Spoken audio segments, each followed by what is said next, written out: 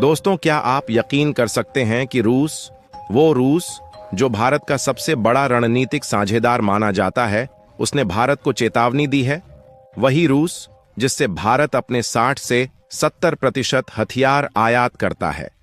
वही रूस जिसने भारत को S-400 मिसाइल सिस्टम दिया, जो आज हमारी वायु रक्षा की रीढ़ है।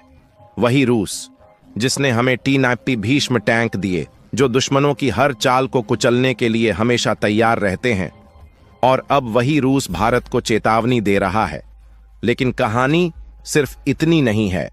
दरअसल यह चेतावनी सिर्फ भारत के लिए नहीं थी, यह अमेरिका के लिए भी थी और चीन के लिए भी।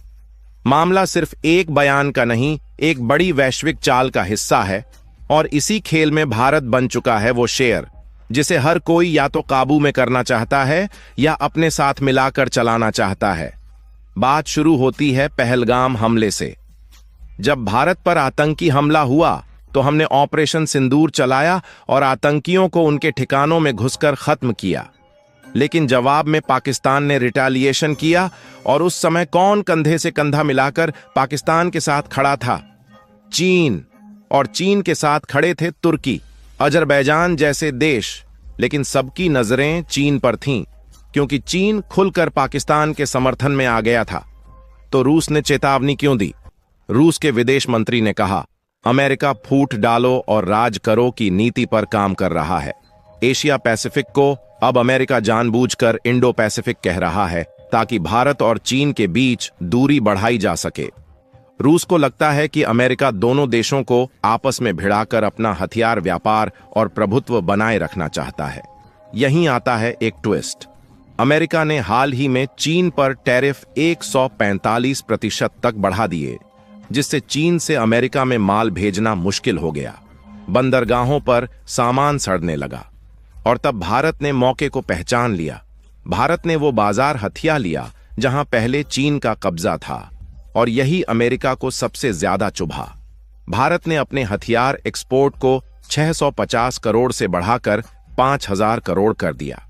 यह सब बिना रूस से अलग हुए किया गया, बल्कि रूस की मदद से। लेकिन जैसे ही ट्रंप को यह एहसास हुआ कि भारत धीरे धीरे वैश्विक हथियार बाजार में अपनी जगह बना रहा है, अमेरिका ने चीन के आगे घुटने टेक दिए। टैरिफ 145% से घटाकर 30% कर दिए गए। अब इस पूरे घटनाक्रम में रूस ने क्यों कहा कि भारत को सतर्क रहना चाहिए? क्योंकि अमेरिका वही खेल फिर से खेलना चाहता है जो उसने पहले भी किया। याद है जब ट्रंप भारत पाकिस्तान के बीच सीज फायर का श्रेय खुद लेना चाहते थे, और जब मिडिल ईस्ट की यात्रा से लौटे तो बयान से पलट गए। अमेरिका का यही चेहरा है। अब बात ब्रिक्स की करते हैं। जब भारत, चीन और रूस मिलकर डी-डॉलराइजेशन की बात करते हैं तो अमेरिका तिलमिला उठता है, क्योंकि ब्रिक्स देश डॉलर से हटकर अपनी करेंसी में व्यापार करना चाहते हैं, जिससे डॉलर की बादशाहत को टक्कर मिले। लेकिन जब अमेरिका ने धमकी दी तो भारत थोड़ा पीछे हटा। लेकिन अब वक्त आ गया है उस सपने को हकीकत में बदलने का। अमेरिका की मंशा अब साफ है। वो चाहता है कि भारत और चीन आपस में भिड़ते रहें, क्योंकि जब युद्ध चलता है तो हथियार बिकते हैं। अमेरिका की जीडीपी में एक बड़ा हिस्सा हथियारों के व्यापार से आता है। जब ट्रंप मिडिल ईस्ट गए तो सऊदी अरब, यूएई, कतर को ट्रिलियन डॉलर के हथियार बेच डाले। उन्हें ईरान से डराया गया, दुश्मन दिखाया गया और फिर अरबों डॉलर की डील कर ली गई। अब वही स्क्रिप्ट भारत और चीन के लिए लिखी जा रही है। अमेरिका जानता है कि भारत 6.5% की जीडीपी ग्रोथ के साथ दुनिया में सबसे तेजी से बढ़ती अर्थव्यवस्था है।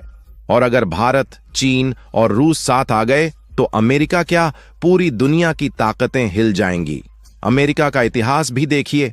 अफगानिस्तान में यूएसएसआर को हटाने के लिए आतंकवाद को जन्म दिया। फिर सीरिया में बशर अल असद को हटाने के लिए अल सुरा जैसे गुटों को बढ़ावा दिया। और जब वही आतंकी अमेरिका की पसंद बन गए तो उन्हें गले भी लगाया। लेकिन जब रूस ने अपने सैनिक सीरिया से हटाए तो वहां की सत्ता भी डगमगा गई। यही है अमेरिका की रणनीति। राज करो, लेकिन दूसरों को टुकड़ों में बांटकर। रूस अब भारत को चेता रहा है, सावधान रहो अमेरिका से। वो आज तुम्हारा दोस्त दिखेगा, लेकिन कल तुम्हारे दुश्मन के साथ खड़ा होगा। और भारत को भी अब जवाब देने की जरूरत है। ठीक वैसे ही जैसे इंदिरा गांधी ने दिया था, जैसे अटल बिहारी वाजपेयी ने दिया था। अब समय है कि प्रधानमंत्री नरेंद्र मोदी भी अमेरिका की चालों को पहचानें और भारत को उसकी साजिशों से बाहर निकालें। अब फैसला भारत को करना है। क्या हम फिर से अमेरिका के चक्रव्यूह में फंसेंगे या फिर एक नया एशियाई शक्ति संतुलन बनाकर पूरी दुनिया को चौंका देंगे?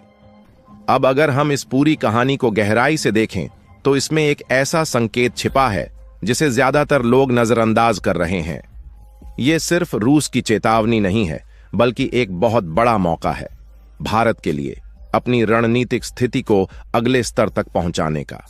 रूस जानता है कि अमेरिका अब भारत को केवल एक मोहरे की तरह इस्तेमाल करना चाहता है, लेकिन भारत अब वो भारत नहीं रहा जो चुपचाप किसी के इशारे पर चले।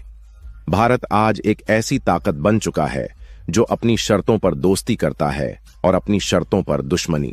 अमेरिका की चाल को भारत पहले ही समझ चुका है और अब रूस भी उसी दिशा में इशारा कर रहा है। लेकिन इस सब के बीच जो असली बात छिपी हुई है वो ये है कि आने वाले वक्त में भारत खुद एक शक्ति केंद्र बनकर उभरेगा, न केवल एशिया में बल्कि पूरी दुनिया में।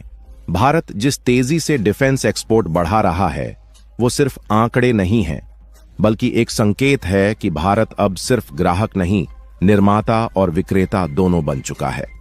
आने वाले 5 से 10 सालों में भारत उन देशों की कतार में खड़ा होगा जिनसे छोटे देश रक्षा समझौते करना चाहेंगे। चीन और अमेरिका की जगह अब भारत के पास आकर रक्षा सौदे होंगे और यही वो वक्त होगा जब भारत विश्व राजनीति की दिशा तय करेगा। एक और बड़ी बात, अमेरिका और चीन की तनातनी के बीच भारत एक ऐसे पुल की तरह उभरेगा जो दोनों को संतुलित रखेगा, लेकिन खुद ऊपर चढ़ता जाएगा। रूस की इस चेतावनी से भारत को नुकसान नहीं होगा, उल्टा इससे भारत को अंतर्राष्ट्रीय राजनीति में एक नैतिक बढ़त मिलेगी। रूस भारत को भरोसेमंद मानता है और यही भरोसा आगे चलकर भारत को ब्रिक्स का सबसे मजबूत स्तंभ बना सकता है। भविष्य में भारत की भूमिका सिर्फ एक क्षेत्रीय शक्ति तक सीमित नहीं रहेगी। भारत अब एक विचार बन चुका है, विकास, संतुलन और आत्मनिर्भरता का विचार। पश्चिमी देश जब आपस में उलझे होंगे, भारत तब विश्व को स्थिरता और समाधान देगा और तब कोई भी भारत को घुट निरपेक्ष नहीं कहेगा, बल्कि दिशा निर्धारक कहेगा। भारत का अगला कदम ब्रिक्स करेंसी में निर्णायक भूमिका निभाना होगा। जब दुनिया डॉलर की गुलामी से निकलने की राह तलाशेगी तो भारत उस बदलाव का अगुवा बनकर सामने आएगा और यही वो बदलाव होगा जो अमेरिका को सबसे ज्यादा खलेगा। इस पूरे घटनाक्रम में असली ताकत अब भारत के हाथ में है, चाहे वो रणनीति हो, व्यापार हो या फिर वैश्विक संतुलन। और जैसे जैसे समय आगे बढ़ेगा, दुनिया को एहसास होगा कि भारत अब किसी की साजिश का शिकार नहीं बनेगा, बल्कि हर साजिश को मात देगा, अपनी बुद्धि, अपनी शक्ति और अपनी शांति से।